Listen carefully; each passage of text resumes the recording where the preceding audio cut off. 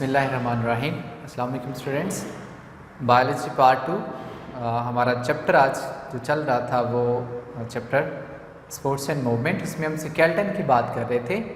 तो आज का हमारा टॉपिक डिफॉर्मिटीज़ ऑफ स्केलेटन, कि स्केलेटन के अंदर कौन कौन सी डिफॉर्मिटीज़ होती है। मतलब डिफॉर्मिटीज़ दैट मीन डिफॉर्म हो जाना, उसकी शेप ख़राब हो जाना। तो दैट मीन हम इसमें स्केलेटन के होने वाले डिफॉर्मिटीज़ यानी डिजीज़, ठीक है, उनके बारे में हम बात करेंगे।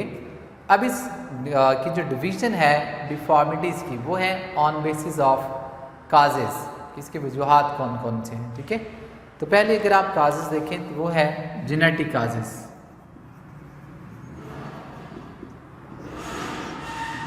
जेनेटिक काजेज़ में अगर आप देखें तो ये ज़्यादातर क्या होता है कि ड्यूरिंग डेवलपमेंट्स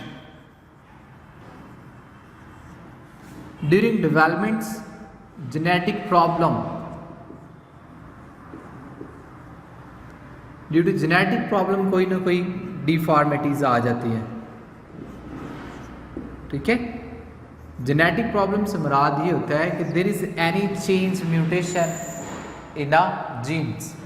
ठीक है, उसे हम कहते हैं ये जेनेटिक कॉजेज है, जेनेटिक प्रॉब्लम है कि बच्चा डेवलप कर रहा था, उस दौरान जीन्स में कोई ऑर्डर चेंज हो गया, कोई किसी किस्म की मिस्टेक हो गई, उस वजह से जो स्केलेटन बनना जा रहा था वो उस तरह से नॉर्मल नहीं बना। ठीक है, कोई ना कोई उसमें डिफॉर्मिटीज़ जो है वो आ जाती है। इसमें अगर आप फर्स्ट ऑफ ऑल देखें जेनेटिक काज में क्लेफ्ट पैलेट तालू की बीमारी है।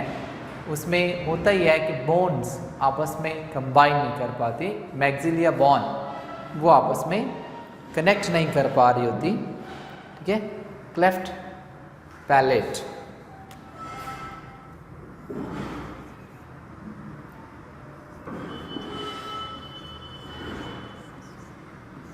क्लेफ्ट पैलेट, अब इसमें क्या होता है कि प्लेटाइन प्रोसेस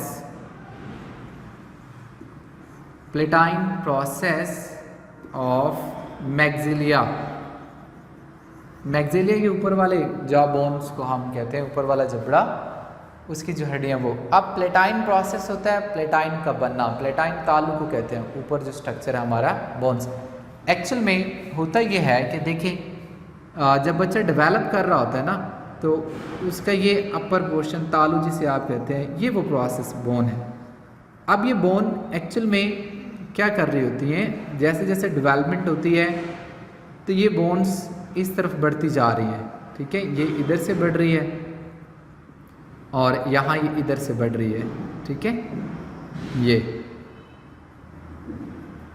ये बढ़ती चली जा रही है एक दूसरे की तरफ, यानी ये इस तरफ, ये इस तरफ। जब ये बढ़ती चली जा रही होती हैं तो अल्टीमेटली ये होता है कि ये आपस में आकर फ्यूज़ हो जाती हैं। ठीक है, यहाँ पे आप कभी शीशे में देखिएगा मुंह खोल के, आपको इधर ना स्किन की एक लाइन सी नज़र आती है, एक्चुअल में वहाँ पर आकर वो फ्यूज़ होती है।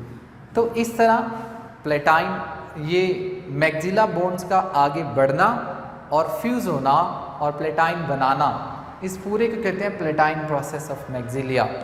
कि ये बोन्स इधर से देखें, ये ऐसे आ रही हैं और आकर क्या कर देती हैं, कंबाइन कर जाती हैं।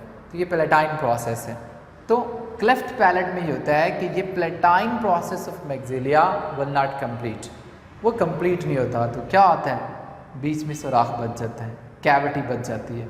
ठीक है, इसे कहते हैं क्लेफ्ट पैलेट। ठीक है, ये कैविटी बची, मतलब तालू हमारा पूरा नहीं आपस में बन पाता, मिल नहीं पाती दोनों हड्डियाँ, तो बीच में कैविटी बन जाती है। ठीक है, अब वो कैविटी जो बची है एक्चुअल में ये होती है, एक तो ओरल कैविटी, ठीक है, ओरल कैविटी, दूसरी होती है नेजल कैविटी, नाक का हिस्सा। तो प्लेटाइन, ये जो प्लेट है, ये ओरल और नेजल कैविटी को अलग-अलग करती है। तो जब ये क्लेफ्ट पैलेट होता है तो होता ये है कि ये आपस में कंबाइन नहीं करते, तो उससे नेजल कैविटी और ओरल कैविटी वो दोनों आपस में फ्यूज़ हो जाती हैं। ठीक है, आप ये अपने थंब से यहाँ पे ऊपर हाथ लगा के देखिएगा, एक पूरी हड्डी है जो हमारे ऊपर वाले नेजल कैविटी और नीचे ये ओरल कैविटी को अलग कर रही है। तो अगर आप सपोज करें कि ये प्लेटाइन तालू जो है वो नहीं बनता, बोन्स आपस में फ्यूज़ नहीं करती, तो क्या होगा, दोनों कैविटी आपस में मिल जाएंगे। ठीक है, बाज़ बच्चों का आप देखिएगा कि इस कैविटी के साथ साथ ना लिप्स भी कटा होता है, ठीक है। आगे से जो हॉर्न है ना वो ऐसे कटा होता है, ज़्यादा सारा कटा होता है या कट लगा होता है, या वहाँ पे लिप्स बनता ही नहीं है, ठीक है। तो उस रिज़ल्ट को या उस डिज़ीज़ को हम क्या कहते हैं, क्लेफ्ट पैलेट, ठीक है। तो ये एक जेनेटिक डिसऑर्डर है कि जब डेवलपमेंट हो रही होती है तब ये सही से डेवलप नहीं कर पा रहा होता। अब इस क्लेफ्ट पैलेट की दो टाइप भी हैं, एक होता है सॉफ्ट पैलेट,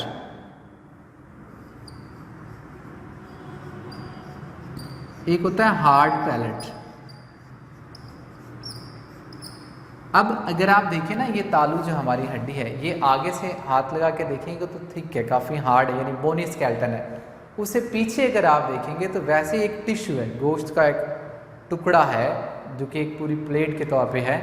तो अगर बोन्स मैक्सिलिया आपस में नहीं मिल पा रही बोन्स, तो वो हार्ड पैलेट है। अगर मैक्सिलिया से ही मिला हुआ है और पीछे जो गोश्त का टुकड़ा एक पर्दा सा है वो आपस में ऐसे जुड़ा नहीं बल्कि फटा हुआ है, तो वो सॉफ्ट पैलेट होता है, ठीक है। अब इस क्लेफ्ट पैलेट में प्रॉब्लम्स क्या होती है, जब बच्चा फीड करता है स्पेसिफिकली इन सकिंग प्रोसेस, तो उसकी फूड जो है वो उसके रेस्पिरेटरी ट्रैक में जा सकती है, लंग्स में जा सकती है, ठीक है। और ये भी एक टाइप की निमोनिया की वजह जो है वो बन सकती है, ठीक है। So it's a cleft palate, उसकी वजह और उसके साथ साथ उसका इफ़ेक्ट। फिर अगर आप जेनेटिक काजेस में सेकंड अगर आप देखें तो वह माइक्रोसेफली।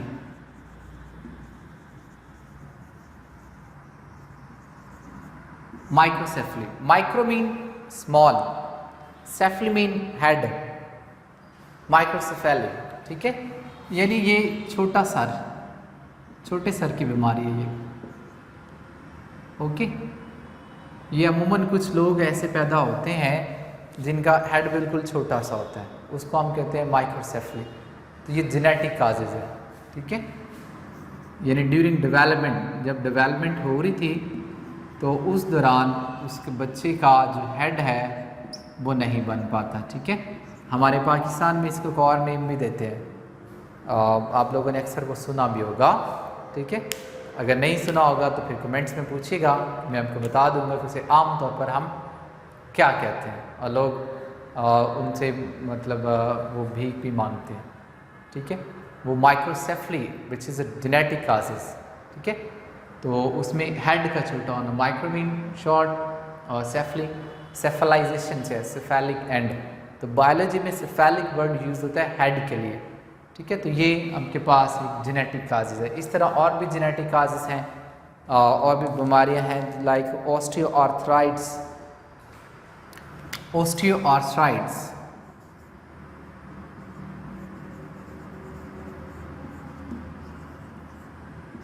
ठीक है। ये स्केलेटन में जॉइंट्स की डिजीज़ है, और कोई ये एक डिजीज़ नहीं है, it's a group of disease. बहुत ज़्यादा इसके अंदर डिजीज़ आती है, इन्फ्लेमेशन आ जाती है, लॉट ऑफ डिजीज़ इसमें इन्वॉल्व हैं, ठीक है। सो नेक्स्ट अगर आप देखें जेनेटिक काजेज़ के बाद, तो वो है हार्मोनल काजेज़।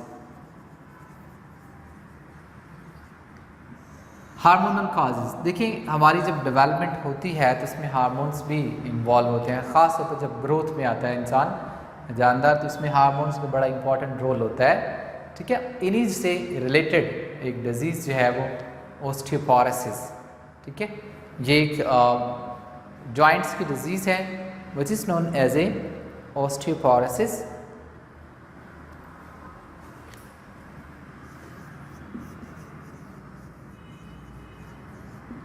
ऑस्टियोपोरोसिस, ओके बेटा। एक्चुअल में इसमें हमारे स्केलेटन का जो मेजर कंपोनेंट बोन्स है उसकी डिफॉर्मिटीज़ है। क्या होता है ऑस्टियोपोरोसिस में? ऑस्टियोपोरोसिस में एक्चुअल में जो बोन्स हैं वो लेस डेंस होती हैं, मतलब लाइट वेट हो जाती हैं, ठीक है, हल्की हो जाती हैं हड्डियाँ, वेट में कम हो जाती हैं। क्यों कम होती हैं? एक्चुअल में इसमें बहुत से हार्मोन्स होते हैं। हमारी बॉडी के अंदर एक ख़ास तौर पर हार्मोन है फीमेल के अंदर स्पेसिफिकली एस्ट्रोजन। अब एस्ट्रोजन का काम होता है कि ये बोन्स के अंदर कैल्शियम और फॉस्फेट को डिपॉजिट करता है, ठीक है। तो जब ह्यूमन फीमेल के अंदर इस हार्मोन की डेफिशिएंसी हो जाती है, यानी कम होता है, तो उसके रिजल्ट में फिर ऑस्टियोपोरोसिस होती है। ख़ास तौर पर ये डिज़ीज़ जाकर होती है एजड फीमेल के अंदर, ठीक है, यानी वो फीमेल जिनकी एज ज़्यादा होती है उनके अंदर ये डिज़ीज़ ज़्यादा पाई जाती है, उनकी हड्डियाँ नरम हो जाती हैं, ठीक है, यानी उनका वेट जो है वो बहुत कम हो जाता है। अब ऐसा क्यों होता है? ऐसा इस वजह से होता है कि देखें फीमेल के अंदर इस एस्टेरोजन हार्मोन का जो बेसिक फंक्शन है ना वो रिप्रोडक्शन है। ओके, ये रिप्रोडक्टिव हार्मोन है, लेकिन उसके साथ साथ ये हार्मोन्स बहुत से कैल्शियम और फास्फेट आयन को भी, मिनरल्स को भी डिपॉजिट कर रहा होता है। अब जब फीमेल एजड हो जाती है, यानी उनकी एज ज़्यादा हो जाती है, तो फिर रिप्रोडक्टिव प्रोसेस स्टॉप हो जाता है। रिप्रोडक्टिव प्रोसेस जो है वो स्टॉप हो जाता है। नॉर्मली 35 से बाद, यानी 35 to 40 के दरमियान ये प्रोसेस स्टॉप हो जाता है रिप्रोडक्शन का। तो उससे फिर इस हार्मोन की जो कंसंट्रेशन है वो भी कम हो जाती है, because there is a no reproductive cycle, and if there is a no reproductive cycle so there is a no production of estrogen hormone. तो जब एस्ट्रोजन हार्मोन नहीं आ रहा तो there is no deposition of calcium and phosphate into the bones, और उस result में फिर क्या होगा, बोन्स हमारी फीमेल की बोन्स जो है वो वीक हो जाती हैं। तो एक इसमें बड़ी वजह ये हार्मोन्स होते हैं, ठीक है। इसके अलावा अगर आप देखें तो लेस एक्सरसाइज, ठीक है, कि एक्सरसाइज कम करना या ओवरवेट, बॉडी वेट ज़्यादा होना, ठीक है, ये इसकी वजूहत है। लेकिन स्पेसिफिकली अगर आप देखेंगे तो वो एस्टेरोजन है, ठीक है। अब इसका इलाज क्या है? इसका इलाज एस्टेरोजन थेरेपी। एस्टेरोजन थेरेपी इसका इलाज है, यानी मेडिसिन की फॉर्म में एस्टेरोजन प्रोवाइड किया जाएगा, और वो मेडिसिन की फॉर्म में जब एस्टेरोजन प्रोवाइड किया जा रहा है तो फिर उसके रिजल्ट में बोन्स के अंदर जो मिनरल्स हैं वो डिपॉजिट होना शुरू हो जाएंगे, ठीक है, और उसके रिजल्ट में बोन्स जो है वो एज इट हेल्दी रहेंगे, ठीक है बेटा। तो ये हार्मोनल काजेज़ है। इसके अलावा अगर आप देखें other than hormonal causes, so there is a nutritional causes.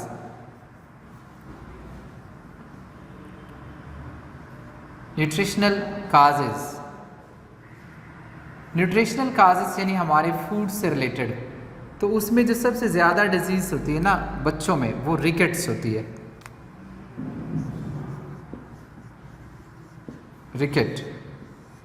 Rickets actual में सॉफ्टनेस ऑफ द बोन्स है, या बोन का वीक हो जाना, ठीक है।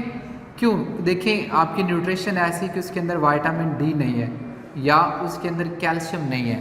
तो जब विटामिन डी या कैल्शियम नहीं होगा तो हमारी बोन्स उतनी स्ट्रॉन्ग नहीं होती, वो कमज़ोर होती हैं। और ऐसी बोन्स के ऊपर अगर थोड़ा बहुत वेट डाल दिया जाए, ठीक है, यानी कि वेट उठाया जाए ना, तो उससे वो बेंड कर सकती है, ठीक है, मतलब मुड़ जाती है। ये 4 लेग्स में 4 लिम्ब, हमारी टांगें या पेल्विक बोन जो है वो इस ज़ुमरे में आती हैं कि वो ज़्यादा कमज़ोर हो जाती हैं, और उसके ऊपर अगर आपको बोझ डालते हैं तो फिर क्या होता है, वो सारी मुड़ जाती हैं, ठीक है। इसके अलावा ओस्टियोमैलेशिया,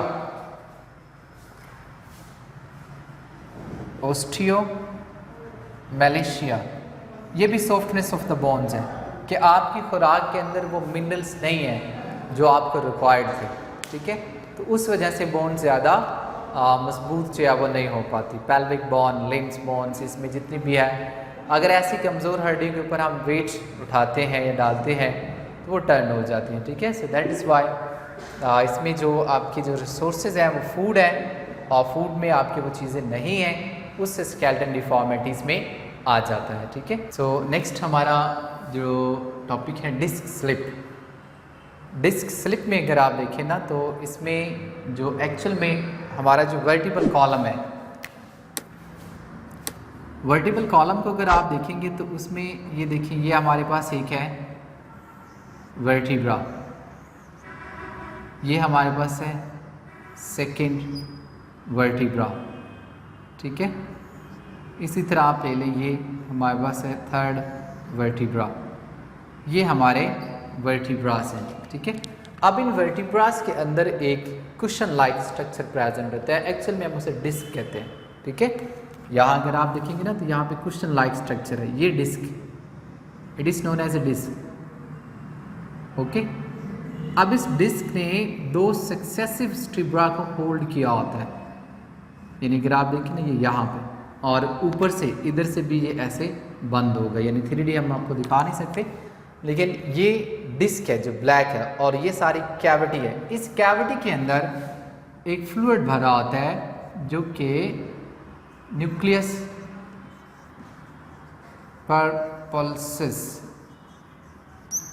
प्रपोल्सिस कहलाता है, ठीक है, न्यूक्लियर प्रपोल्सिस। ये आपके पास यहाँ पे फ्लूइड भरा था, ये कुशन लाइक है, यानी अगर ये दो वर्टिब्रा के ऊपर फोर्स पड़ती है ना तो ये उसको बर्दाश्त करता है, ये थोड़ा सा बंद नीचे की तरफ दबेगा और फिर अपनी पोजीशन पे आ जाएगा, ठीक है। तो ये सारी क्या कहलाती है, डिस्क, ठीक है। और इसके ये जो बाहर है ये फाइब्रस कैप्सूल भी इसको कहते हैं, या एनालस भी इसे कहा जाता है, एनालस फाइब्रस, ठीक है। ये जो बाहर कवरिंग है एनालस फाइब्रस, ये इसे कहा जाता है, ठीक है।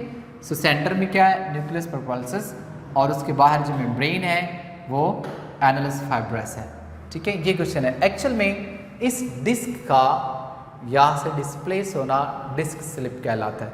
अब डिस्प्लेस एक्चुअल में क्या है, होता ही है कि देखें जब हम कोई भी वेट उठाते हैं, हम वेट उठाते हैं, ठीक है, वेट या कोई शॉक लगता है, ठीक है, झटका लगता है कोई, या अपनी कुव्वत से ज़्यादा बोझ उठाते हैं तो उस दौरान डिस्क स्लिप हो जाती है। How it will be slipped, what is the slipping. तो एक्चुअल में देखें, लेट्स सपोज हम ये यहाँ पे बना लेते हैं दोबारा नीचे वाला, कि ये न्यूक्लियस एनालस फाइब्रस और ये न्यूक्लियस प्रपोर्शन, इसके ऊपर भी कवरिंग लाइक दिस, ये देखिए ये ऊपर एक कवरिंग है, ठीक है। अब दूसरी तरफ भी ऐसे है, बीच में एक कैविटी है, उसमें फ्लूइड है। तो जब हम ज़्यादा फोर्स लगाते हैं या ज़्यादा पावर लगती है, बहुत ज़्यादा होता है, तो लेट्स सी यहाँ से फट जाता है, क्या हो जाता है, फट जाता है, यानी टिश्यू था फट गया। जैसे यहाँ से अगर आप देखेंगे तो ये टिश्यू है तो ये फट गया। तो जैसे टिश्यू फटेंगे उसके रिजल्ट में ये होगा कि अंदर जो न्यूक्लियस प्रपल्शन है वो लीक हो जाएगा, बह जाएगा, ठीक है। तो इस चीज़ का नेम है डिस्क स्लिप। यानी अगर आप यहाँ पे देखें ना, लेट्स सी रेड वाला वो न्यूक्लियस प्रपल्शन है, तो जैसे ही वो फटा एनालस फाइब्रस तो ये बहना स्टार्ट हो गया, ठीक है, ये देखिए ये बह रहा है। तो इस चीज़ का नेम है डिस्क स्लिप। अगर आप यहाँ पे देखेंगे बाहर की तरफ ये बह रहा है, ठीक है, तो ये होता है डिस्क स्लिप। इसका सेकंड नेम हर्निएशन भी है, ठीक है, हर्निएशन। हर्निएशन, हर्निया वर्ड आपने सुना होगा। हर्निया एक्चुअल में एक ऐसी टर्म है जो यूज़ की जाती है कि किसी चीज़ का अपनी एक्चुअल लोकेशन से डिस्प्लेस हो जाना, हट जाना, उसे हम कहते हैं हर्निया। तो इस वजह से यहाँ टर्म हर्निएशन भी इसके लिए यूज़ की जाती है कि जो फ्लूइड है वो अपनी असल जगह से हट गया, ठीक है। अब अगर आप देखें इसके हटने के साइड, 3 साइड है, एक लेटरल साइड, दूसरी आउटसाइड और तीसरी इनसाइड। अगर ये फ्लूइड इनसाइड जाता है तो आगे आता है स्पाइनल कॉर्ड, ठीक है। स्पाइनल कॉर्ड की तरफ अगर ये जाता है तो it will be a more dangerous, ज़्यादा खतरनाक होगा, स्पाइनल कॉर्ड को भी डैमेज करेगा, स्पाइनल उस वहाँ पे पेन भी बहुत ज़्यादा फील होती है, ठीक है। अगर ये बाहर की तरफ आता है तो फिर ये इतना खतरनाक नहीं है, लेटरल साइड पे जाता है तो भी इतना खतरनाक नहीं होता ये, ठीक है। अब देखें इसकी मतलब आप कह सकते हैं डिफरेंट स्टेजेस है। अगर तो ये थोड़ा सा रैप्चर हुआ तो इतनी ज़्यादा तकलीफ वाली बात नहीं है, उसको जल्दी से पट्टी से बैंडेज वगैरह कर दी जाती है, प्लस्तर भी उसे हम कहते हैं, तो उससे वो रिपेयर हो जाता है आहिस्ता आहिस्ता खुद ही, ठीक है। अगर बहुत ज़्यादा मतलब फट चुका है वो तो फिर बेड रेस्ट बोला जाता है काफ़ी अरसे के लिए, ठीक है। आपने बोझ नहीं उठाना, किसी भी घूमना फिरना नहीं है, बेड पे लेटे रहें ताकि उसको नीचे से सपोर्ट मिले और आहिस्ता आहिस्ता वो सही हो जाए। लेट्स सी अगर वो नहीं सही होता तो क्या किया जाता है, डिस्क रिमूव करवा दी जाती है, ठीक है। डिस्क क्या कर दी जाएगी, वहाँ से सर्जरी के ज़रिए निकाल दी जाती है। उससे होगा क्या, ये 2 जॉइंट्स आपके इकट्ठे हो जाएंगे, एक जॉइंट बन जाएगा। थोड़ी बहुत तकलीफ होगी, लेकिन चूँकि ये बड़ी बोन्स नहीं है, ज़्यादा फोर्स नहीं है, बाकी हमारे वर्टिबल कॉलम के अंदर जितने भी डिस्क होती हैं वो एग्जिस्ट कर रहे होंगे, तो वो उसको बर्दाश्त कर लेंगे, ठीक है। तो ये रिप्लेस करवा दी जाती है। अदरवाइज़ इसमें बेड ट्रीटमेंट होता है, वहाँ पे मतलब रेस्ट के लिए बोला जाता है, और ये आहिस्ता आहिस्ता रिपेयर हो जाती है। और सेकेंड ये है कि पट्टी कर दी जाती है और उससे भी ये रिपेयर हो जाती है, ठीक है। तो it was all about disc slip and it's very important कि क्या होती है और इसकी काजेज़ क्या हैं। होपफुली कि आपको समझ आई होगी, ठीक है। अगर कोई बात नहीं समझ में आती तो आप कमेंट्स करें, वहाँ पे जाकर आप कमेंट्स करें, आई विल आंसर यू, ठीक है। तो हमारे चैनल को आप सब्सक्राइब करें और वीडियो को लाइक करें। मिलते हैं इंशाल्लाह नेक्स्ट लेक्चर में, तब तक के लिए अल्लाह हाफिज़।